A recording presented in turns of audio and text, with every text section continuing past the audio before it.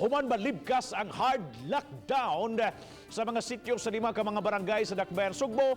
Anaagi hapoy nagpabadlong sama sa sityo Alaska sa barangay Mambaling. Gipasusi ni kini karon sa mayor tungod kay nalapas nini ang lagda sa kwarantinas.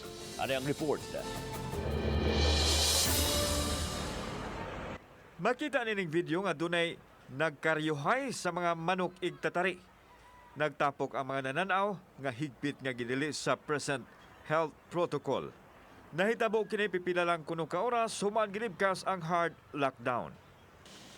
Kini ang sitio Alaska sa barangay Mambaling. Usa ni sa mga dapit nga gipaubos sa hard lockdown upat ka buwan na ang nakalabay apan gilibkas na sukad gagahapong adlaw, pero gipaimbestigar karon ni Cebu City Mayor Edgardo Labilla human na sayran nga dunay nahitabong panagtapok o gani sabong pipila ka oras human gilibkas ang hard lockdown kagahapong adlaw.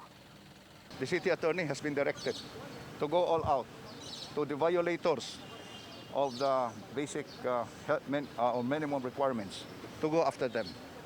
Samtang ang paglibkas sa hard lockdown sa mga sityo nga nahimutang sa 5 ka mga barangay sa Dakbayan na hukman sa Interagency Task Force IATF 7.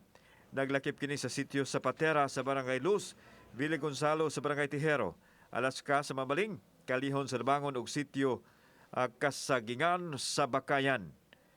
Ang naasoy mga dapit, unang napaubos sa lockdown ni atong Abril ug Mayo tungod sa daghang kaso sa COVID-19, diin si Mayor Labella ang gihatagan og gahom sa paglibkas sa lockdown. Kauban si Cleofer Lumayag, ako si Alan Domingo. Balitang Bisdak.